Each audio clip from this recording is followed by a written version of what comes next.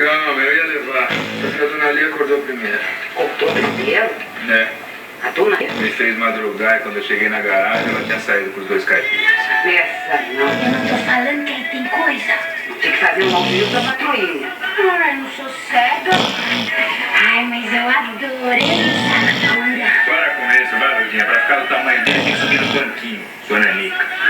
Depende do que a gente for fazer, né, Dimas? Tem coisa que a gente faz deitado. Quer deixar de ser assanhada, Lutinha? Eles não vão